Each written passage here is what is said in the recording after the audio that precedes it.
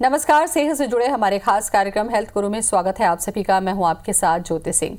आज की आधुनिक और अनियमित जीवन शैली के कारण और नींद पूरी न होने के कारण एंडोक्राइन हाइपरटेंशन की मरीजों की संख्या बढ़ती जा रही है। अगर एंडोक्राइन हाइपरटेंशन का इलाज सही समय पर न हो तो इसके गंभीर परिणाम भी हो सकते हैं। इसलिए आज हम चर्चा करेंगे इस बीमारी के बारे में कि एंडोक्राइन हाइपरटेंशन क्या है, क्यों होता है, कैसे इसे पहचानें और किस समय हमें डॉक्टर से मिलना चाहिए। तो चलिए शुरू करते हैं मेरा खास कार्यक्रम हेल्थ गुरु।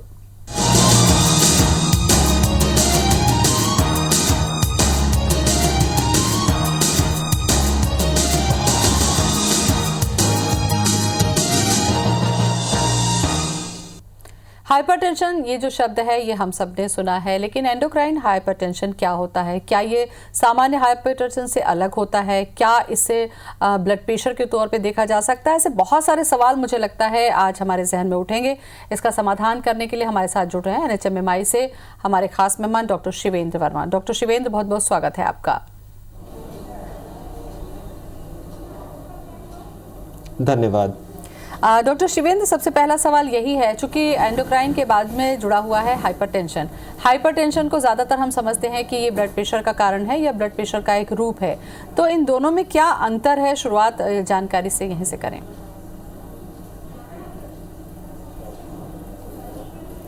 जी, एंडोक्राइन हाइपरटेंशन को हमें सामान्य हाइपरटेंशन से बिल्कुल अलग करके नहीं देखना चाहिए।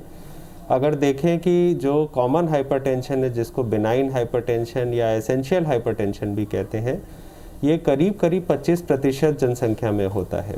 इसका अर्थ यह हुआ कि हर 4 में से 1 वयस्क व्यक्ति को ब्लड प्रेशर होता है और हम अपने घर में भी, आसपास अपने पड़ोसियों में देखते हैं कि ब्लड प्रेशर सामान्यतः पाया जा सकता है। लेकिन इनमें से ही कुछ ऐसे 5 से 10% लोग हो सकते हैं जिनको एंडोक्राइन हाइपरटेंशन होता है। मतलब उनमें हार्मोन्स की अनियमितता के चलते हाइपरटेंशन हो सकता है। और ऐसे मरीज़ों में यदि उन हार्मोन्स को अगर वो ज़्यादा बढ़ रहे हैं तो सर्जरी द्वारा या दवाइयों द्वारा कंट्रोल कर लिया जाए तो ब्लड प्रेशर और भी कॉम्प्लिकेशन अपने आप ही स्वतः रुक जाते हैं। तो इसीलिए एंडोक्राइन हाइपरटेंशन को मैं कहना चाहूँगा ये एक तरह से पार्ट है हमारे एसेंशियल हाइपरटेंशन का, और विशेषकर उन मरीज़ों में जिनमें कॉमनली एंडोक्राइन हाइपरटेंशन के लक्षण दिख सकते हैं, उनमें इसको हमें जांच करना और आगे बढ़ना चाहिए उनमें इसके कारण जानने के लिए। जी डॉक्टर साहब, एक महत्वपूर्ण शब्द है लक्षण। हाइपरटेंशन के लक्षण और एंडोक्राइन हाइपरटेंशन के लक्षण, क्या ये दोनों अलग अलग हैं? क्योंकि अगर हार्मोनल इम्बैलेंस हो रहा है तो ये फिर हमें पता कैसे चलेगा? क्या कुछ डिफरेंट शो करते हैं लक्षण, सिम्टम्स इसके? आपका सवाल बहुत ही वाजिब है। एंडोक्राइन हाइपरटेंशन में कभी कभार ऐसा हो सकता है कि बिल्कुल ही लक्षण ना आए, जैसा कि कॉमन एसेंशियल हाइपरटेंशन या साधारण हाइपरटेंशन में मिल सकता है। लेकिन कुछ विशेष परिस्थितियों में इनके होने की संभावना बहुत पाई जा सकती है। जैसे अगर किसी व्यक्ति को बहुत तेज़ सर में दर्द हो रहा है या उसकी धड़कन लगातार कई बार तेज़ हो जाती है, अक्सर वो नोटिस करता है कि वो पसीने से भीग जाता है, या कभी कभी हाथों पैरों में शिथिलता का पाई जाती है, तो भी ऐसे मरीज़ों में एंडोक्राइन हाइपरटेंशन के चांसेस हैं। साथ ही अगर बहुत तेज़ी से आपका वजन बढ़ रहा है या घट रहा है, ऐसे मरीज़ों में भी एंडोक्राइन कॉजेज़ यानी हार्मोन से रिलेटेड कॉजेज़ को देखना बहुत ज़रूरी होता है। जी, हाइपरटेंशन पे जब हम बात करते हैं डॉक्टर साहब, तो ज़्यादातर आप लोगों का सलाह यही रहता है कि तनाव नहीं लेना चाहिए, इस चीज़ को अवॉइड करना चाहिए। लेकिन आपने देखा होगा कि हाइपरटेंशन को अपने हाथ में कंट्रोल करने की जो ताकत है वो पेशेंट के पास में नहीं रह जाती और अनायास वो इसकी तरफ खींचा चला जाता है। तो क्या एंडोक्राइन हाइपरटेंशन को भी हम कंट्रोल कर सकते हैं या फिर हमको इसके लिए एक्सपर्ट से मिलना ही होगा?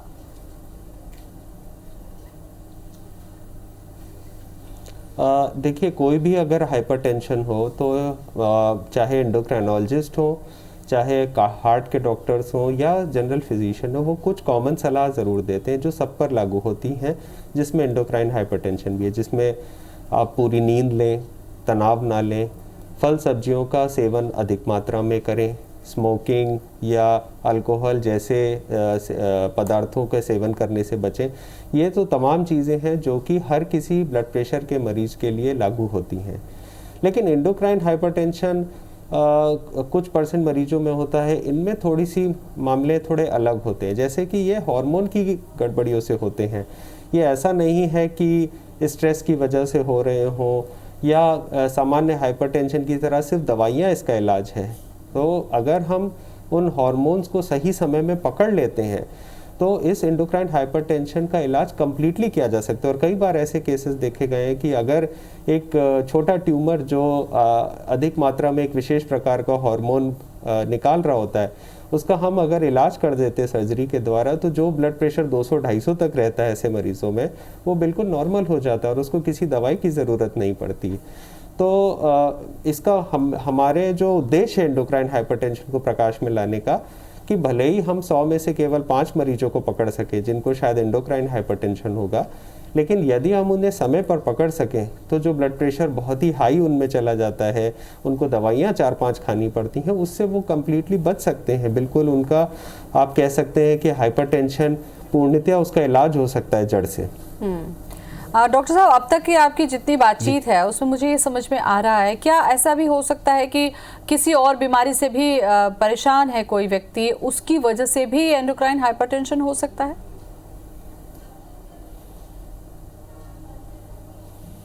जी, अब मुझे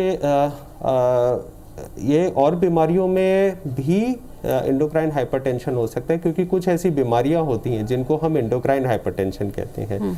जैसे कि बॉडी में एड्रीनल ग्रंथि होती है जो कि किडनी के ऊपर पाई जाती है, दोनों किडनीज के ऊपर, और इसमें कुछ हार्मोन्स निकलते हैं जो ब्लड प्रेशर कंट्रोल करते हैं, जैसे कि मिनरलोकॉर्टिकॉइड यानी एल्डोस्टेरॉन। ये ऐसा हार्मोन है जो बॉडी में सोडियम को बढ़ाता है और पोटेशियम को बाहर निकालता है। तो यदि इस पे अगर ट्यूमर हो जाता है किसी वजह से, और कभी कभी ये आनुवंशिक भी होता है, तो बहुत ही हाई डिग्री का हाइपरटेंशन यानी काफ़ी ज़्यादा उच्च रक्तचाप मिल सकता है ऐसे मरीजों में। और ऐसे मरीजों में पोटेशियम की कमी भी हो सकती है। तो होता ये भले ही एक छोटा सा 1 सेंटीमीटर से भी कम के साइज़ का एक ट्यूमर होता है, लेकिन ब्लड प्रेशर काफ़ी हाई हो जाता है ऐसे मरीजों का, जो कि 200-250 तक होता है, और इनमें हार्ट अटैक और हार्ट फेल्योर की संभावना भी काफ़ी बढ़ जाती है। वहीं एक और ट्यूमर इसी ग्रंथि में होता है जिसको फियोक्रोमोसाइटोमा कहते हैं। इसमें भी ब्लड प्रेशर 200, 250, 300 तक भी देखा गया है, और ऐसे ब्लड प्रेशर बड़े ही, ये आप कह सकते हैं फ्लक्चुएटिंग, यानी कभी ज़्यादा और कभी कम मात्रा में मिल सकता है, और साथ में धड़कन बढ़ जाना, पसीने आने जैसी शिकायत हो सकती हैं। तो अगर हम सही समय पर इन बीमारियों को पहचान लें तो जो ब्लड प्रेशर इनके द्वारा हो रहा होता है वो पूरी तरह ठीक हो सकता है। जी। और हमने सामान्यतः कई बार देखा है कि मरीजों में थायराइड की शिकायत बहुत होती है हमारे मरीजों में, जैसे कि हाइपोथायराइडिज्म यानी शरीर में थायरॉक्सिन हार्मोन कम बनना, हाइपरथायराइडिज्म यानी शरीर में थायरॉक्सिन हार्मोन ज़्यादा बनना, और इन दोनों ही कंडीशंस में ब्लड प्रेशर सामान्यतः मिलता है। तो अगर थायराइड हार्मोन का इम्बैलेंस है तो इन मरीजों में ब्लड प्रेशर सामान्यतः मिल सकता है, और यदि हम थायराइड हार्मोन को नियंत्रित कर लें, अगर वो कम है तो थायराइड की दवाइयाँ देकर, अगर वो ज़्यादा है तो एंटी थायराइड दवाइयाँ देकर, तो भी ब्लड प्रेशर से निजात मिल सकता है। डॉक्टर साहब, हार्ट से जुड़ी बीमारी यानी कि हाई ब्लड प्रेशर के बाद जो हार्ट अटैक होते थे, उसमें अब तक हमने देखा था कि पुरुषों में ये ज़्यादा पाया जाता है, लेकिन अब महिलाएं भी इसका शिकार हो रही हैं। ऐसे में अगर एंडोक्राइन हाइपरटेंशन की हम बात करते हैं, चूंकि ये हार्मोन से जुड़ा हुआ है और हार्मोनल इम्बैलेंस जो है वो महिलाओं में ज़्यादा देखने को मिलता है, चाहे वो डिलीवरी के समय हो, प्रेगनेंसी के समय हो, चाहे मेनोपॉज के समय में हो, तो क्या महिलाएँ इसके ज़्यादा रिस्क कवर में होती हैं कि इनको ये ज़्यादा संभावना हो सकती है?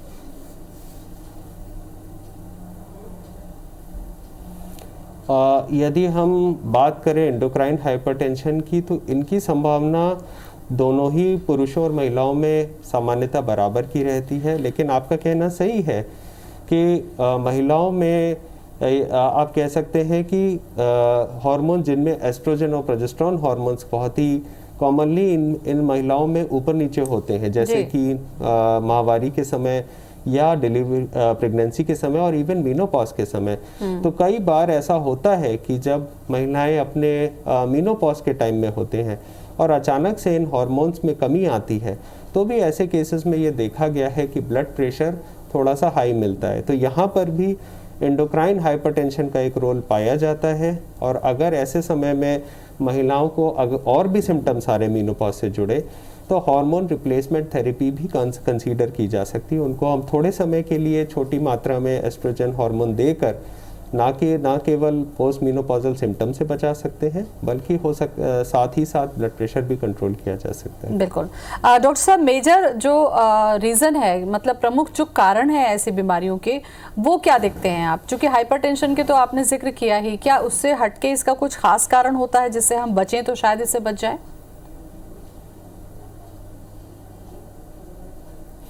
अगर कहा जाए कि हम इससे बचाव कर सकते हैं तो मेरा उत्तर ना में होगा, क्योंकि एंडोक्राइन हाइपरटेंशन के ज़्यादातर जो कारण हैं उन पर हमारा जोर नहीं होता है। अगर आप देखें सबसे कॉमन साधारण कारण क्या है तो वो थायराइड से रिलेटेड, जैसा मैंने पहले बताया। तो अगर बहुत ज़्यादा थायरोक्सिन हार्मोन की कमी है, जो कि सबसे कॉमन थायराइड की बीमारी और हम सब में शायद 5 से 10% पॉपुलेशन में ये होता है, तो थायराइड हार्मोन की कमी है, उसमें हमारा कोई जोर नहीं, लेकिन उसका हम अगर इलाज करेंगे तो ब्लड प्रेशर कंट्रोल हो सकता है। और दूसरी बात देखने की यह है कि जो एंडोक्राइन हाइपरटेंशन के कुछ कारण हैं वो अनुवांशिक होते हैं। अच्छा। यानी कि जेनेटिक फैमिलीज में रन करते हैं। तो कई बार ये देखा गया है कि हमारे मरीज में ब्लड प्रेशर 20 साल की उम्र से कम में होता है, और अगर हम उनसे पूछते हैं तो उनकी फैमिली में कई बार ब्लड प्रेशर जो है हाई ब्लड प्रेशर की शिकायत मल्टीपल फैमिली मेंबर्स यानी कई सारे पारिवारिक सदस्यों में पाई जाती है। तो ऐसे मरीजों में हमें ये देखना होता है कि कहीं कोई आनुवांशिक कारण तो नहीं है एंडोक्राइन हाइपरटेंशन का। यहाँ पर फिर यही बात आती है कि इसमें एंडोक्राइन हाइपरटेंशन से बचाव के लिए तो कोई स्पेशल सलाह नहीं दी जा सकती, लेकिन जैसा मैंने पहले कहा था कि अगर किसी को ब्लड प्रेशर है तो जो 4-5 चीज़ें हर कोई एडवाइस करता है, हर कोई उसको बताता है, जो मैंने बताई भी हैं थोड़े समय पहले, वो फॉलो करनी चाहिए। डॉक्टर साहब, बहुत गंभीर इस पे हमने चर्चा की है। मुझे लगता है अब जांच वाले विषय पर थोड़ी सी हमें चर्चा करना चाहिए, क्योंकि ब्लड प्रेशर अगर होता है तो रेगुलर आपको बीपी टेस्ट कराना है, और जो चीज़ें आपने मना की है या जो चीज़ डॉक्टर्स मना करते हैं उनका आप सेवन ना करें तो कम से कम ब्लड प्रेशर जो है वो कंट्रोल रहता है। तो क्या इसमें भी कुछ इस तरीके का एहतियात बरतने की ज़रूरत होती है? जी, जहाँ तक जनरल एडवाइस यानी एहतियात है वो तो हमने डिस्कस कर लिए हैं जी। जांचों के विषय में जो आपने बात की वो एक अच्छा प्रश्न है, क्योंकि जो जनरली हम लोग जो कॉमन टेस्ट कराते हैं हाइपरटेंशन से रिलेटेड, जिसमें आपके हार्ट के लिए ईसीजी और इकोकार्डियोग्राम, ट्रेडमिल टेस्टिंग अगर वो ज़रूरी है तो किया जाता है। उसके साथ ही साथ किडनी से रिलेटेड टेस्ट किए जाते हैं, जैसे जिसमें सीरम क्रेटिनिन इम्पॉर्टेंट है। तो ये कॉमन टेस्ट हैं जो हम साधारणतः हर ब्लड प्रेशर के मरीज में एक बेसलाइन लेवल पर कराते हैं। लेकिन यहाँ देखना ज़रूरी कि जिनमें हमें एंडोक्राइन हाइपरटेंशन की शक रहता है उनमें कुछ स्पेशल हार्मोनल टेस्ट कराने होते हैं। चूँकि ये जो ब्लड प्रेशर एंडोक्राइन हाइपरटेंशन है ये एक बहुत कॉमन बीमारी नहीं है, तो हर किसी को हम ये हार्मोन टेस्ट नहीं एडवाइस कर सकते, क्योंकि ये टेस्ट अपने आप में महंगे होते हैं, बहुत ज़्यादा लैब्स में नहीं होते हैं। इसलिए इनको करने के पहले विशेषता में देखना होता है कि किन मरीज़ों में संभावना ज़्यादा है। तो अगर किसी मरीज़ में बहुत ज़्यादा ब्लड प्रेशर है, 4-5 दवाई खाने के बाद भी कंट्रोल नहीं होता है, या बाकी बहुत ज़्यादा सिम्टम आ रहे हैं, जैसे कि बेहोशी की संभावना हो रही है, पैरालिसिस अटैक हो चुका है, बार बार हार्ट अटैक हो रहा है, या बाकी सिम्टम्स आ रहे हैं, उनमें हम ये टेस्ट कराते हैं। लेकिन यहाँ देखने वाली बात यह है कि ये टेस्ट बहुत स्पेशल है, इनमें बहुत सारे प्रिकॉशन लेने होते हैं, सावधानियाँ बरतनी होती हैं। तो कि इसमें जैसे एक विशेष समय ही कुछ टेस्ट कराए जा सकते हैं, तो कभी कभार हॉस्पिटल में एडमिट करके ये टेस्ट कराने पड़ते हैं। तो मेरी सलाह यही रहेगी कि अगर आप इसको सस्पेक्ट कर रहे हैं किसी भी लेवल पर, तो एंडोक्राइनोलॉजिस्ट की सलाह ज़रूर लें ऐसे में। जी, हमने आपसे कहा कि बहुत सारे डिस्कशन किए कारण लक्षण पे, जांच पर भी हमने फोकस किया। मुझे लगता है ट्रीटमेंट वाला पार्ट किस तरीके का होगा, क्योंकि ज़्यादातर ब्लड प्रेशर के पेशेंट को जब डायग्नोस होता है वो एक मेडिसिन पे होते हैं और लगातार लाइफ लॉन्ग उनको मेडिसिन पे रहना होता है। क्या ये भी क्या इसी तरीके से है या फिर ये क्योरेबल है? आपका सवाल बहुत अच्छा है। जैसा कि मैंने पहले बताया था कि कुछ ऐसे एंडोक्राइन हाइपरटेंशन के कारण होते हैं जो कि क्योरेबल होते हैं, अर्थात अगर हम उसका सही समय पर निदान कर लें और उनका इलाज कर लें तो ये हाइपरटेंशन कम्प्लीटली क्योरेबल भी हो सकता है। जैसा कि मैं एक पेशेंट का अपने उदाहरण देना चाहूँगा, जो कि करीब 48 साल का एक व्यक्ति था और करीब 20 साल से उसको ब्लड प्रेशर था। ब्लड प्रेशर भी 200-250 के आसपास रहता था और अक्सर उसको चक्कर आना, बेहोशी आना या धड़कन बढ़ने की शिकायत रहती थी। तो जब हमने उसको उसका वर्कअप किया और उसको एवेल्यूएट किया, उसकी जांचें की, तो सामान्यतः हार्ट से रिलेटेड, किडनी से रिलेटेड उसकी जांचें सामान्य थी। ऐसी स्थिति में फिर क्योंकि उसका ब्लड प्रेशर ज़्यादा था बहुत, तो एंडोक्राइन हाइपरटेंशन के बारे में सोचा गया और तब फिर जब उसके स्कैन कराए गए तो फिर वहाँ पर एड्रीनल ग्रंथि में एक ट्यूमर निकल के आया। वो ट्यूमर राइट साइड में था और मुझे याद है कि उसका ऑपरेशन हमने प्रॉपरली जब किया हमारी टीम ने, तो उसके बाद उसका ब्लड प्रेशर 130-140 के आसपास आ गया और 1 महीने बाद हमने सारी दवाइयाँ हटा दी। तो ये ऐसे उदाहरण हैं जो बताते हैं कि अगर सही तरीके से मरीज़ों की जांच की जाए सही समय पर और उनका इलाज किया जाए तो ये क्योरेबल हो सकता है। अब इसके कई सारे ऐसे कारण हैं जो कि क्योरेबल हो सकते हैं, जैसे कि मैंने एड्रीनल ग्रंथि के कुछ ट्यूमर बताए, ये तो सबसे ज़्यादा कॉमन है। और अगर कहा जाए कि करीब जो ब्लड प्रेशर के 5 से 10% कारण है, उसमें एड्रीनल ग्रंथि से के कारण होने वाला हाइपरटेंशन हो सकता है। तो इनकी जांच तो होनी चाहिए क्योंकि 10 में से 1 व्यक्ति को ये हो सकता है ब्लड प्रेशर वाले पेशेंट्स में। इसके अलावा थायराइड से रिलेटेड हमने डिस्कस किया। कभी कभी कैल्शियम अगर बॉडी में बढ़ा हो, जिसको हाइपर पैराथायराइडिज्म कहते हैं, थायराइड के बगल में ग्रंथि पैराथायराइड होती है, उनको भी अगर उनमें देखा जाए तो ब्लड प्रेशर हाई मिलता है। और अगर हम कैल्शियम को कंट्रोल कर लें सर्जरी के द्वारा तो यहाँ भी ब्लड प्रेशर कंट्रोल हो सकता है। फिर एक पिट्यूटरी ग्रंथि होती है हमारे शरीर में जो कि मस्तिष्क में दिमाग के ठीक नीचे होती है, जिससे कई तरह के हार्मोन निकलते हैं। तो वहाँ भी अगर कुछ ट्यूमर किसी विशेष प्रकार के हो जाते हैं जिसमें कि हार्मोन अधिक मात्रा में बनता है और अगर हम न्यूरोसर्जन से सर्जरी करवा लेते हैं, सक्सेसफुल सर्जरी, तो ऐसे मरीज़ों में भी ब्लड प्रेशर अन्य सिम्टम्स के साथ साथ वो भी क्योर हो सकता है। तो ऐसे मरीज़ों में इलाज संभव है। हालांकि मैं यहाँ कहना चाहूँगा कि 100% एंडोक्राइन हाइपरटेंशन में क्योरेबल है ऐसा नहीं है। कई बार लंबे समय तक दवाइयाँ देनी पड़ सकती हैं, पर हाँ यहाँ यह ध्यान रखने योग्य बात है कि अगर ऐसे कारण हैं तो इनका ना सिर्फ ब्लड प्रेशर बढ़ने पर असर होता है बल्कि कई और दुष्परिणाम भी हो सकते हैं। जैसे ऐसे मरीजों में शुगर भी पाई जा सकती है हाई मात्रा में। कुछ विशेष प्रकार के जो ट्यूमर होते हैं जो ना सिर्फ ब्लड प्रेशर बढ़ाते हैं बल्कि शुगर भी बढ़ाते हैं। उसके अलावा उनके हार्ट पर साइड इफेक्ट्स हैं, किडनी पर साइड इफेक्ट्स होते हैं, गुर्दे के रोग हो सकते हैं। तो जिनमें भी सस्पेक्टेड है, जिनमें भी हाई ब्लड प्रेशर मिल रहा है, रेजिस्टेंट हाइपरटेंशन कई सारी दवाइयों पर भी ठीक नहीं हो रहा और जिनके बाकी सब टेस्ट नॉर्मल हैं, घर में बहुत सारे लोगों को ब्लड प्रेशर की बीमारियां हैं या फिर कुछ और विशेष प्रकार के लक्षण हैं जैसा हमने पहले डिस्कस किया, तो मेरी सलाह यही है कि एक बार एंडोक्राइन हाइपरटेंशन को सोचा जा सकता है, एंडोक्राइनोलॉजिस्ट का परामर्श लिया जा सकता है और अगर एंडोक्राइन हाइपरटेंशन निकलता है तो हो सकता है कि वो ऐसा ब्लड प्रेशर क्योरेबल हो। बिल्कुल। डॉक्टर साहब, एक मेडिसिन का जिक्र आपने किया कि कई बार लंबे समय तक मेडिसिन पे रहना पड़ता है। चूँकि ब्लड प्रेशर का मैंने एग्जांपल आपको दिया था कि इसमें कहा जाता है कि आपको हमेशा मेडिसिन पे रहना पड़ता है। ऐसे समय में लोगों की ये टेंडेंसी होती है कि अगर आपको थोड़ा सा आराम मिल जाता है तो आप स्किप करते हैं मेडिसिन को। तो क्या एंडोक्राइन हाइपरटेंशन के लिए ये जो स्किप करने की आदत है, क्या वो खतरनाक हो सकती है ब्लड प्रेशर की तरह?